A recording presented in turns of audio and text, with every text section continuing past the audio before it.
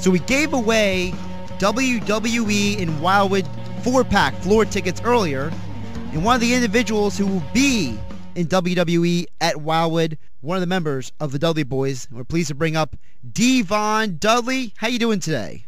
I'm good. How are you? I'm doing good. So good. I first want to ask you, we had the WWE Draft earlier this week, and one of the questions was how many tag teams get broken up. So was there any bit of relief for you wondering, hey, I don't get broken up with Bubba?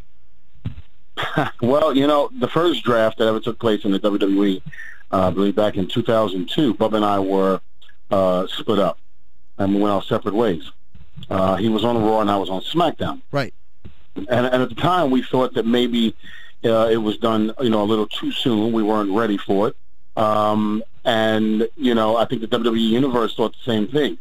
And, I did well with the Reverend Devon thing, and Bubba did well on his own. But the fans wanted to see the Dudleys back together. They weren't ready for that. I don't think neither me or Bubba were ready for that as well. We got back together and, of course, created more history. This time coming around, here he is. We're faced with the draft again some years later. And I think we were a little bit more confident in ourselves and our ability this time around, being that last time we were almost brand new, only 2 years in the company. This time, being the vets that we are right now, I think we were going to be okay if we did go our separate ways, but in the same token, we were happy that we weren't. The Dudley Boyz, being absent for 10 years out of the WWE and then coming back, we feel that we had a lot to, show and grow, and, becoming 9-time WWE champion is a great thing, but then we had to become 10 times. And I think either way, we would have been happy, but at the same token, we're kind of relieved that we weren't as well. Diva, I want to ask you, you've been around the pro wrestling for a while now. You started in ECW, then it was WWF, and then TNA, and back in WWE. Which reincarnation of your character did you enjoy the best? Well, I'm going to say, doing what I'm doing now in terms of the Dudley Boyz. I had a great time, in doing Reverend Devon. I mean, that was great because it really touched from home. Both of my parents being reverends, and Christianity and the Bible, it's always been a part of me. So for me to have been able to do that character was extremely easy, and had a good time doing it. Not to mention throwing a collection plate around and collecting the money was even better. That was my favorite part, by the way. I loved it. Paul Heyman said, I said, Paul, these people will never, ever give me money. He says, Devon, if you say the right words, trust me, you'll get money. And sure enough, I must have been saying the right words, because every single time we came through that curtain, money was flowing over the collection plate. But I got to say this. The money might have been flowing, but it went to the Devon Building Fund. And there's yet to be a door or a window, but let's just say the money was used the way it should have been used. That's awesome. So, I mentioned you had all these incarnations of your character, but you started at ECW, which is up there in Philadelphia. Do you ever think that whether it's pro wrestling or any form of sports entertainment, do you think there ever could be an organization as the ECW was in the 90s? Could we ever see an organization like that ever again? I think it'll be very hard.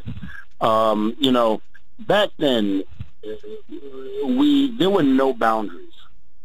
You were able to push the envelope in ways that you never thought the envelope could be pushed. You can't do that nowadays. I mean, the world, society has changed. Just in the way things were done back then, with the barbed wire, the blood, the barbed wire bats, and the flaming tables. You can't really get away with stuff like that anymore. And back then, you got to understand, it was shocking. People actually never seen things like that before being done in pro wrestling. They were used to the Hogan and Andre era, the family-oriented type of product that the WWF at the time was putting out. That's what they were used to. They got a little bit of it in the old NWA with Dusty Rhodes and Ric Flair and Nikita Koloff back in that era, but ECW brought it to a whole new level. And not to mention the guys that were on that roster. To be honest with you, we didn't give two craps about our bodies. We went out there. We went out there. We bled. We went in those barbed wire matches and did what we did. And we would get to our hotel rooms, get batched up, and do it the next day. I don't think this generation of wrestlers are willing to carve their bodies up like that with barbed wire bats and drop the ropes and surround it with barbed wire. I don't think a lot of the guys would be willing to do that. Although you get some crazy backyard stuff, but other than that, ECW was in a different, entity of its own. It was just something that I don't think will ever be reproduced. We helped change the face of pro wrestling. You cannot deny that the Attitude Era was not born thanks to ECW.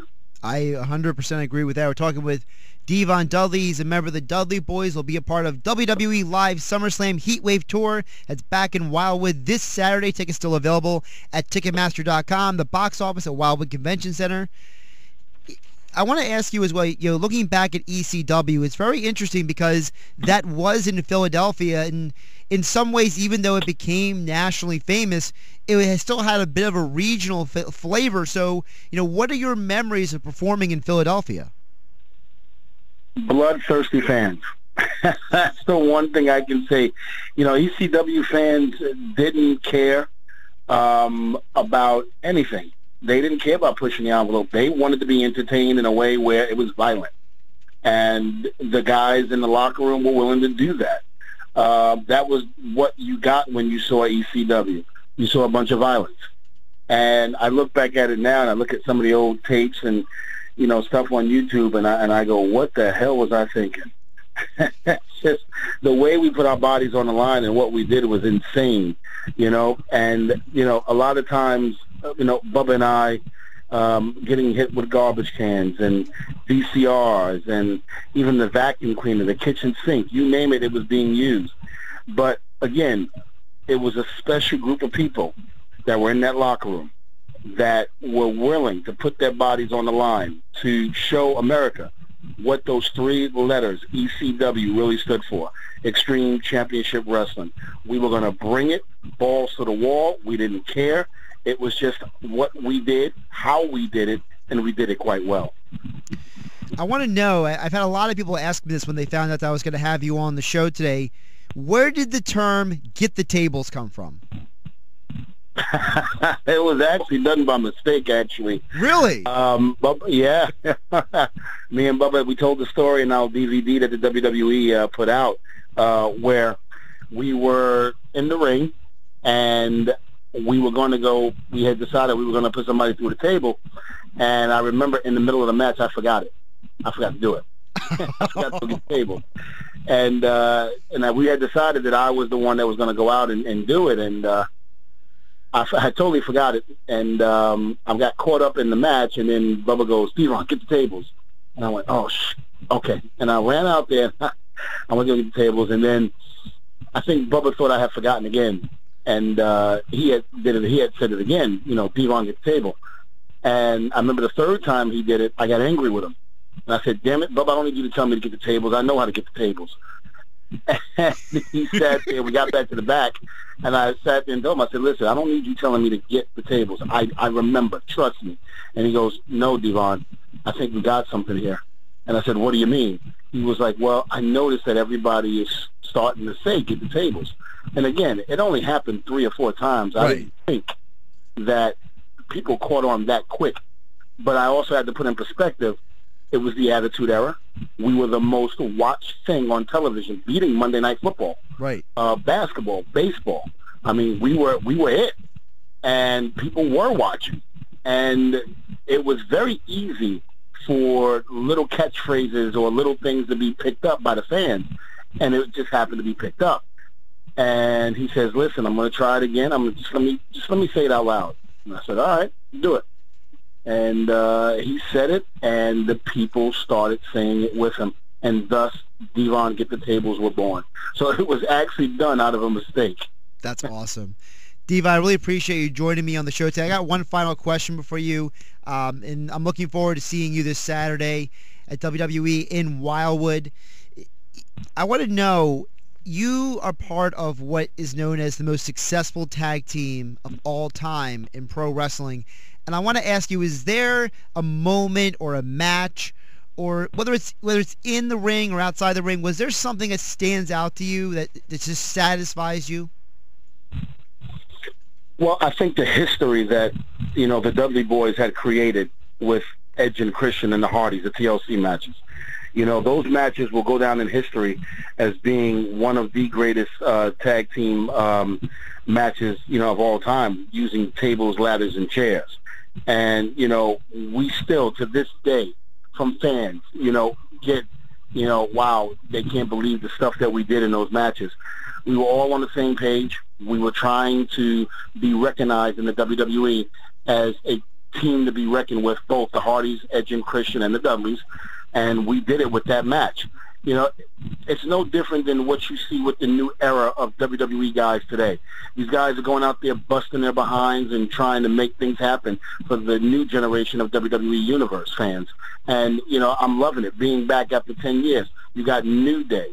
You got the Lucha Dragons. I mean, so many different tag teams that have been in there. The Golden Truth. The list goes on. And even with the singles competitors, Roman Reigns, who's going to be, in Wildwood, New Jersey, this Saturday, taking on Kevin Owens. You have Rusev, who I love him. He's from Russia. He can barely speak, but he's got a hot wife in Lana. And, he's taking on Kalisto. And then, of course, the women's match. Now, I'm going to be honest with you. I love watching the guys perform and this and that, but I'm afraid the women can hit a lot harder than the men. You have Sasha Banks, Summer Rain taking on Charlotte and Dana. So that's going to be an action-packed. I'm going to be sitting down, probably at ringside with popcorn in hand and, of course, video camera. Love it. Well, I'm looking forward to seeing you this Saturday at WWE Live SummerSlam Heatwave Tour in Wildwood. We've been talking with Devon Dudley, part of the Dudley Boys. Again, appreciate you coming on and taking the time for us today. Thank you, my friend. It's been a pleasure.